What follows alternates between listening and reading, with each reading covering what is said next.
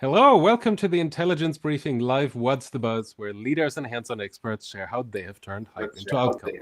Today we'll talk about mastering AI for marketing, and who better to talk about it than someone who's actively working on that, Leanne Shelton. Hey Leanne, thank you so much for joining. Hey, thanks Andreas, appreciate it. Wonderful. Actually, this is a very unusual time for me to go live, and I'm actually having a chat with you in the future because you're not based in the US or in Europe. But, why don't you tell our audience a little bit about yourself, who you are and what you do?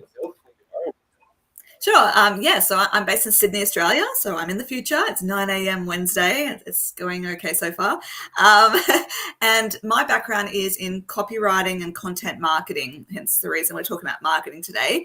But I only really moved into the AI space early last year when I realized that, ChatGPT hit the scene. It was my biggest, shiniest and free competitor.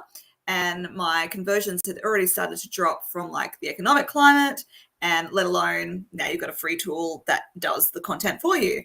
And I thought, okay, what if I just put together a webinar? I could just run some training on the side about this topic. And I had 150 people sign up to that webinar. And I thought, okay, I'm onto something here. And fast forward to April this year, I officially create a new business, Human Age AI Training, and ultimately what I teach is prompt engineering, because I figured I have copywriting and words have always been my number one passion. So the copywriting experience and word knowledge, prompts are all about the words. So I figured I'll teach myself up and teach people how to use it to ensure the human touch and that there's high quality output. And it's all about productivity, but you need to also make sure that it's actually serving you, your team, and your audience. And that's the step that a lot of people forget about in the whole vortex of AI and all the excitement. Right, that's awesome. Thank you so much for being on the show. I'm really, really excited and curious what you'll share with us. And like you said, right, it's very important we choose the right words and the right sequence and many of these things. So I'm really, really curious. Now, folks, for those of you who are just joining the stream, please drop a comment in the chat where you're joining us from. I'm really, really curious always to see how global our audience is, and especially going live at a different time, what it looks like today. Also, don't forget to pick up your copy of the AI Leadership Handbook on Amazon so you can stay up to date how you can successfully lead AI projects in your business.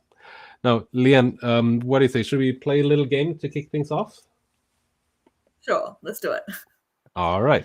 So this game is called In Your Own Words. And when I hit the buzzer, the wheels will start spinning. When they stop, you'll see a sentence. And I'd like you to complete that sentence with the first thing that comes to mind and why in your own words. To make it a little more interesting, you only have 60 seconds for your answer. So are you ready for What's the Buzz? Sure. As ready as you can be, I guess. So let's go. And by the way, if you're joining us live, also put your answer in the chat and why. So here we go. If AI were a movie, what would it be? 60 seconds on the clock. Go. Well, I guess it depends if you want a dystopian movie, which there's already plenty out there, or you want a more positive movie. I guess if I was to create a movie about it, it would be maybe a romantic comedy of AI taking human form, or someone seeing it as a human, and they develop a romantic relationship.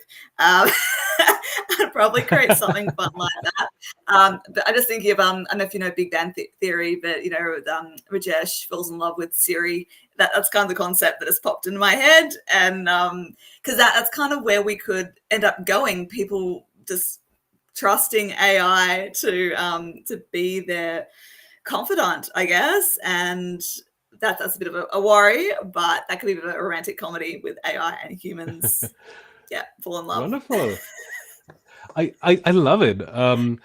I think that's the first that somebody talks about rom-com for AI, but even though that might sound a little futuristic, there are already the first signs there of people getting very attached either to their chat GPTs as a productivity booster that they can't live without, or even more emotionally attached. So it's not as far-fetched or as far out, I think.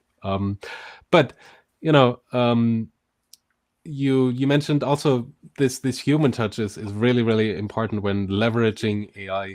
And you mentioned you started your own business around that idea of, hey, it's going to disrupt what I have been doing and what I'm really, really passionate about, but I can use this as an advantage and bring in my skills and my strength and help others figure out how to use these tools to the best extent possible, especially in marketing.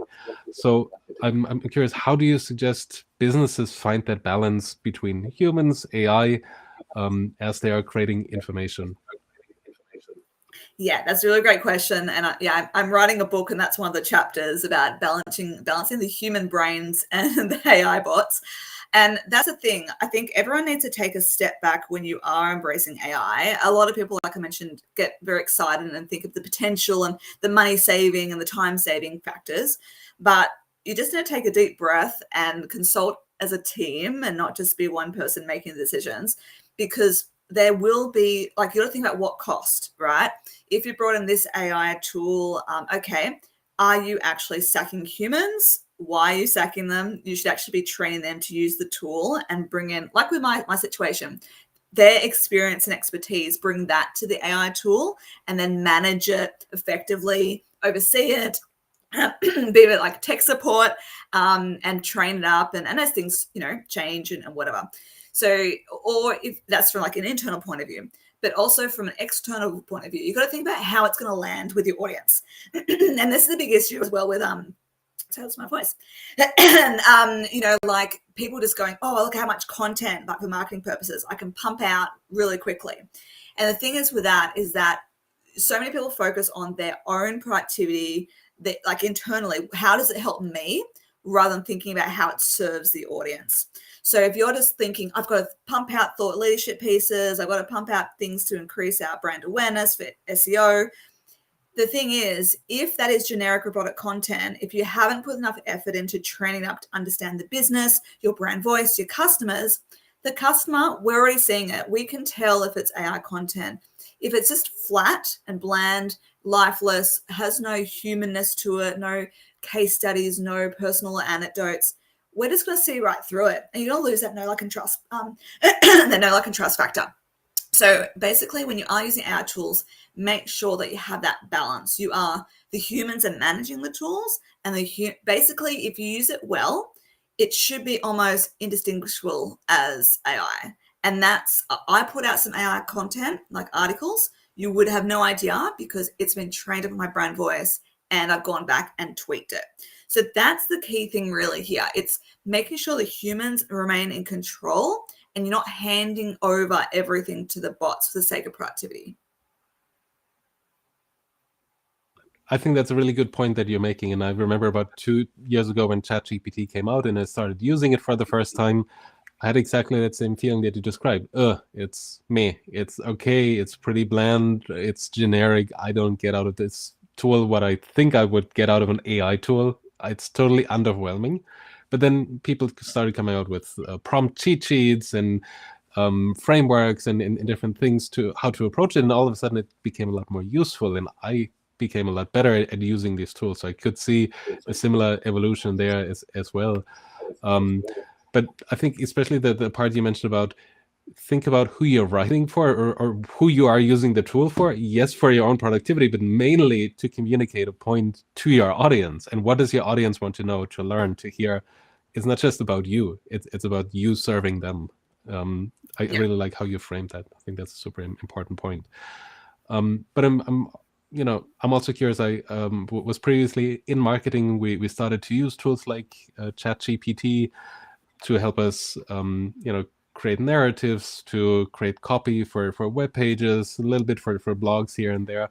And to me, it was always important to encourage my team members to use these tools and to also share how they're using them. What's helpful, what's working for you, what's not. And I'm curious, what are you using? What are some practical ways that marketing teams can actually start integrating AI into their content creation process in that sense? Yeah, well, I mean, that's it, 100% right.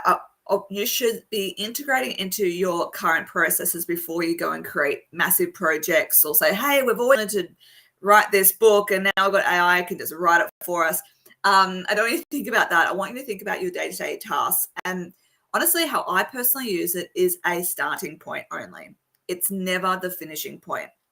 So what I mean by that is I've helped use AI to, like, mainly ChatGPT, but really any generative AI tools are the same.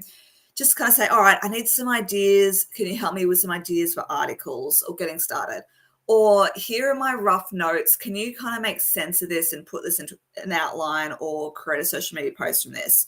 Or I'm running an event, and could you please suggest an agenda based on the audience, the desired outcomes, all this kind of stuff. And that's how I use it. And then the thing is that people get this, there's like dopamine hit, like excitement. It may wear off, I don't know. This dopamine hit of when you see AI generated content just within seconds pop into your screen, you get this excitement. You're like, oh, wow, look at this. But what you need to do is not fall in the trap of going, how good's that? I'm going to publish that or send that without a second glance.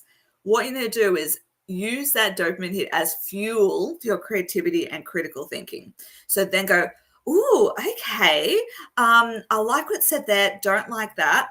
Why don't I like that? And think about that. Or, okay, let's have some conversations backwards and forwards. I want to focus more on that aspect. That's a really good point there. I haven't thought of that. And it needs to be more of a collaborative thing. And so you then might be prompting backwards and forwards, or you might then go, all right, I'm now going to take that and manually write the content from me there because I have a starting point. And that's a trap I think a lot of people fall into as well. It's going, that's great, and just think AI is this all-knowing being that must be correct, and just trusting that it is quality content, especially if you're not a writer. And this is why I get a bit frustrated when you hear about copywriters being sacked, because we know what quality looks like. The average, and the psychology behind conversion copy and things like that. So that's what I want you to use it for, like to springboard ideas, plan ideas, but then the human takes over. I love that. Really use it as a starting point and build upon it, and edit it, make it better, and also, again, to your point, know what you want to use it for, and so on. So if you're in the audience and you have a question for Leanne, please feel free to pop it in the chat. We'll take a look in a minute or two, and we'll pick up those questions. Now, there's so many tools in the market for so many different marketing tasks. On one hand, you have the ChatGPT, Claude, Gemini, Copilot, more general purpose type assistants. You have some specific tools for copywriting, for marketing, that have a bit of additional flavor or capabilities. I'm curious, what tools do you use for what? Because I get that question a lot. Should I use Gemini? Should I use ChatGPT? Should I use Claude? And while there are some benchmarks, some more technical benchmarks where the models excel, I'm curious, as a professional in that space, what is your go-to or for what tasks? Yeah, and that's the thing as well. People get very overwhelmed with which tools, and you can very easily subscribe to 20 tools and use 2 of them. I've actually, I pulled back and I don't play with lots of tools, honestly, because for me, I stick with ChatGPT as the original. I have dabbled in Claude and Gemini, and Claude's okay. People say that's really good for conversational content.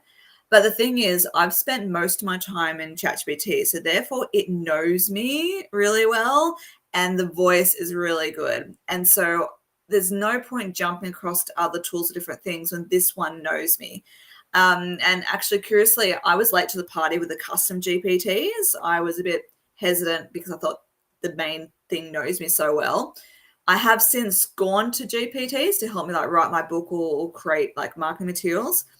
It doesn't have the same knowledge base as what the general platform has, because I've been playing around with it for I guess 21 months or something. So I've just gone back to the main ChatGPT, and that serves me, right? I have started looking into 𝗂𝗄𝗄𝗏, which is a more secure platform because you don't have to upload your content to it. It just scans your SharePoint or your Google Drive or whatever it is. So for my clients that are in the legal space or sensitive information, I've started recommending 𝗂𝗄𝗏 as an option because then it's safer. But for myself, I'm not doing a lot of sensitive data, so therefore I'm I probably will I haven't actually signed up 𝗟𝗏𝗃 yet. It's a new one I've been playing with, but I probably will have that one just as a backup for when I do need to do sensitive stuff, knowing though the brand voice for copywriting for content purposes is going to be in the ChatGPT. So that's, I think, just pick one, really train it up, like really get it to understand who you are, what you stand for, like sharing samples that, you know, are accessible on the internet. You send that to your clients, whatever it is, and then just stick with that one thing. Because if you jump around, it's just not going to serve you. And this is where I get a little bit frustrated by, you know, a bit like the old school Clippy in Microsoft. It looks like you're writing an email. You know, that's popping up everywhere, Meta Messenger and on Gmail. And no, I don't want it writing stuff for me because it doesn't know my brand voice. It doesn't know me. It doesn't know my audience. So until, and this could be only a couple of months away for all I know, until all these pop-ups integrate with ChatGPT or whatever my main tool of choice is, I'm not going to use them. And I don't want anyone to use them either, because then that's where generic content's going to come out. So my ChatGPT, it knows me so well that I can say, I can even say to it, okay, I need to write this article on this topic. I know I've roughly covered it in these 3 articles. Can you now give me a plan that now speaks to this audience? And it's honestly like 80-90% there. And then I just have to work through it. But just on that note, when I am doing articles or any type of long form copy, I always get an outline first. Then I say draft the introduction. I tweak it, take a Google Doc, whatever, tweak it, put it back in. Here's the updated version. Now proceed with the second paragraph, third paragraph, etc. Follow that process. And that it will then train itself up based on what you've previously written and make sure there's no repetition. You may need to confirm that. That's how I can now pump out articles that you have no idea AI's helped me, but technically it's me. It's just reused my stuff. So that is how it should be used. That's some really tangible examples and tips how to use it effectively. I mean, you know, a lot of times we hear, hey, take a sample email and put it in there, or a couple sample documents and say, write it like that. But hearing how you describe it and the results that you seem to get, that's awesome. And especially, I think also for those of us who are not trained copywriters or authors, sitting there and having writer's block, staring at that blank sheet of paper or that blank open email. How do I say this again? How do I want to say this? Am I too assertive? Am I too soft? Is it right for this audience? I think there are so many ways to use these tools now. But outside of copywriting, are there any other types of medium or media that you use generative AI tools for? I've played around with, there's Gamma, which is great for creating presentations, and even the free version, it can create 10 slides for you. You put in a basic script or just a couple of lines, and it'll populate information in pretty slides. That one's been pretty cool. I personally, I do a lot of slides. I'm the type of person that has like a new slide every like 30 seconds. So even the paid subscription wouldn't give me like 60 slides. So I stick to my Canva, which that's Canva though, not the AI in Canva. That's still in its infancy and I don't trust that yet. So Gamma's really cool. In video is a great one for like little video clips and things. You do have to upgrade to not have the watermark and everything like that. But that one's good for creating, because then it can create TikToks or YouTube videos and things like that. I need to explore that a little bit more coming into the new year, but I'm gonna look at that one. I know Opus Clip, I've experimented once or twice, but I know a lot of people highly recommend that one for cutting up videos as well into that. A fun one is Suno, so SUNO, and that is for creating text to music. So you can create fun little jingles that then maybe at the back of your presentations or part of the back of, backing those videos and things like that. That one is very, very cool. It's just in seconds. You can just have this song created for you. Obviously, the more input you put in, you can control the output.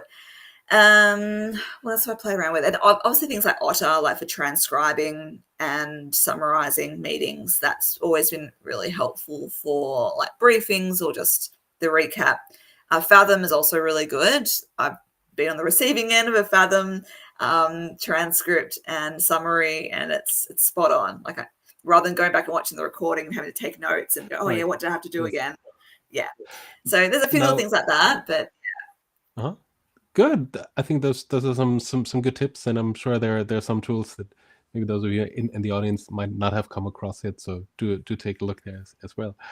Now, what are fellow writers, fellow copywriters saying when they are seeing that AI is advancing so rapidly and that you're going all in and you want to help people use this? Isn't there some kind of a concern that you're maybe even contributing to the accelerated pace and adoption of AI?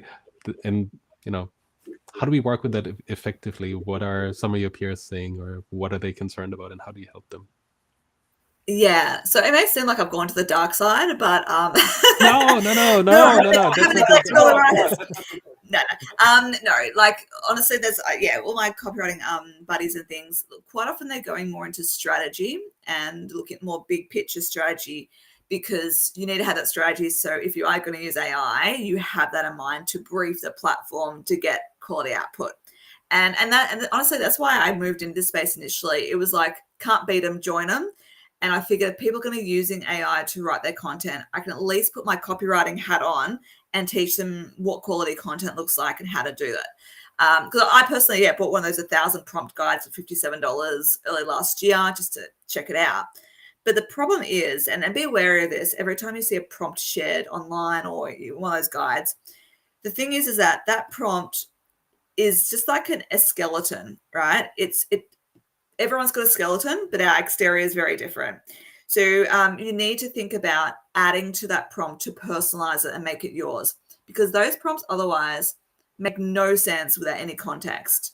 You need to say who you are, at least do all that training in the background before you attempt these prompts. But you got to think as well, a lot of these prompts are just AI generated without a second thought as well.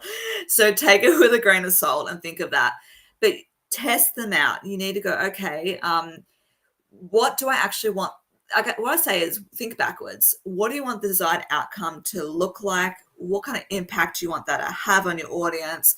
What are their needs? Think about that, and then work backwards with your prompt. So with your initial prompt, the instructions, I want to create this article that ultimately will convert people to my team training.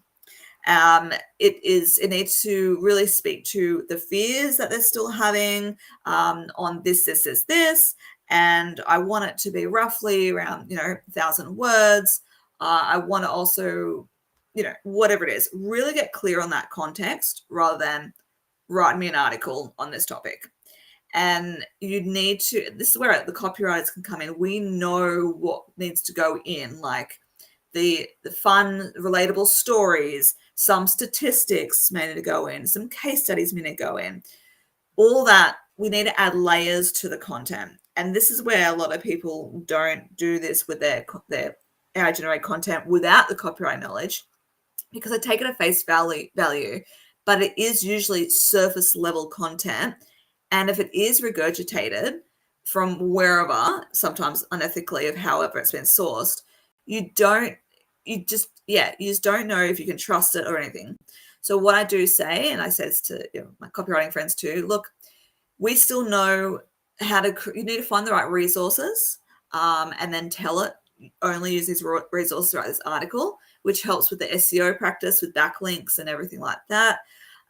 You need to do the old school research. You need to put a critical eye, look out for repetition in the article. Like, is every sentence serving you, And this is where I think, a lot of copywriters can come in and say, all right, I can help you.